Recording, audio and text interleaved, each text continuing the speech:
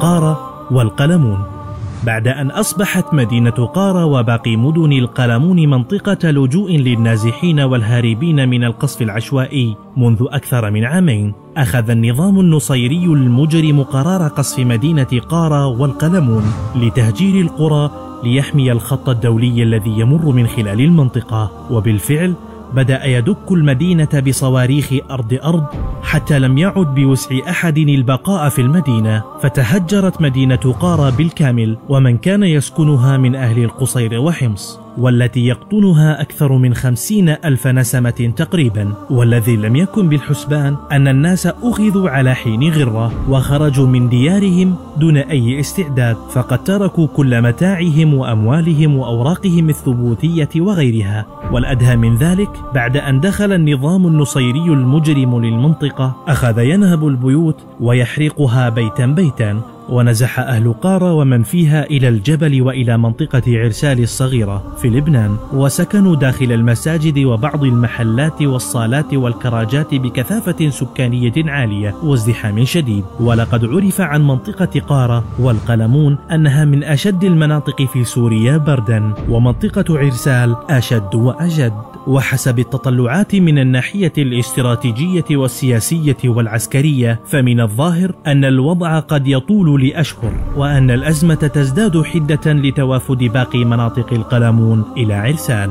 وعند نزول الثلج والمطر في المنطقة فقد تنقطع الطرق على بعض المنازل والخيام المتناثرة والمتباعدة، وتتجمد المياه لديهم من شدة البرودة لأنها تصل إلى ما تحت الصفر في الشتاء. فإذا لم يتم استدراك هذه الأزمة من المنظمات الدولية والجمعيات والمؤسسات الخيرية فقد تحدث وفيات بشكل كبير لا قدر الله. وفي منطقة عرسال حصرا، وحسب الإحصائيات المستعجلة، نزح ما يقارب من 3,000 إلى 4,000 عائلة، أي ما يقارب 18,000 نسمة من دون منطقة الجبل وما حولها. ولأن منطقة عرسال تعتمد على الحركة الاقتصادية من قارة، فبعد النزوح توقفت الكثير من الموارد لمنطقة عرسال، فأصبح هناك الكثير من النقص والضرر. والنقص الحالي المطلوب تغطيته هو: 1. الخيام أو الغرف للإيواء. 2. التدفئة من دفايات الحطب والمحروقات وكذلك البطانيات. 3.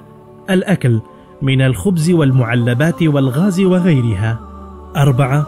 الدواء للأمراض المزمنة مثل أمراض القلب والضغط والسكر والالتهابات والمسكنات. وفي ظل هذا الاضطراب بدأت الجمعيات الناشطة بالعمل المباشر، فانعقد اجتماع طارئ للمجلس المحلي للمدينة ولجنة إغاثة المهجرين وجمعية قارة الخير، وتم إنشاء لجنة جديدة باسم لجنة الطوارئ ومكتب إغاثة أهالي قارة بعرسال، وتم من خلالها التحرك الفوري لإنشاء الخيم وحجز الصالات وتأمين التدفئة والأكل، والتنسيق مع الجمعيات اللبنانية وغيرها في توزيع المساعدات. وبدأت في الإحصاء، وتم العمل على نظام محاسبي دقيق وواضح، وتم تنظيم اللجان لكل لجنة عمل خاص بها وضمن تخصصها، مثل لجنة الإغاثة واللجنة الطبية واللجنة الإعلامية واللجنة المالية ولجنة الإيواء واللجنة التربوية. ومن خلال هذه اللجان تم إعداد دراسة متكاملة حول التكاليف والاحتياجات لكل أسرة. لذا نتوجه بنداء عاجل لكل المؤسسات المانحة بالمشاركة في المشاريع التالية: 1. خيمة الإيواء بتكلفة قدرها $300، وغرفة إعمار بتكلفة وقدرها $1,500. 2.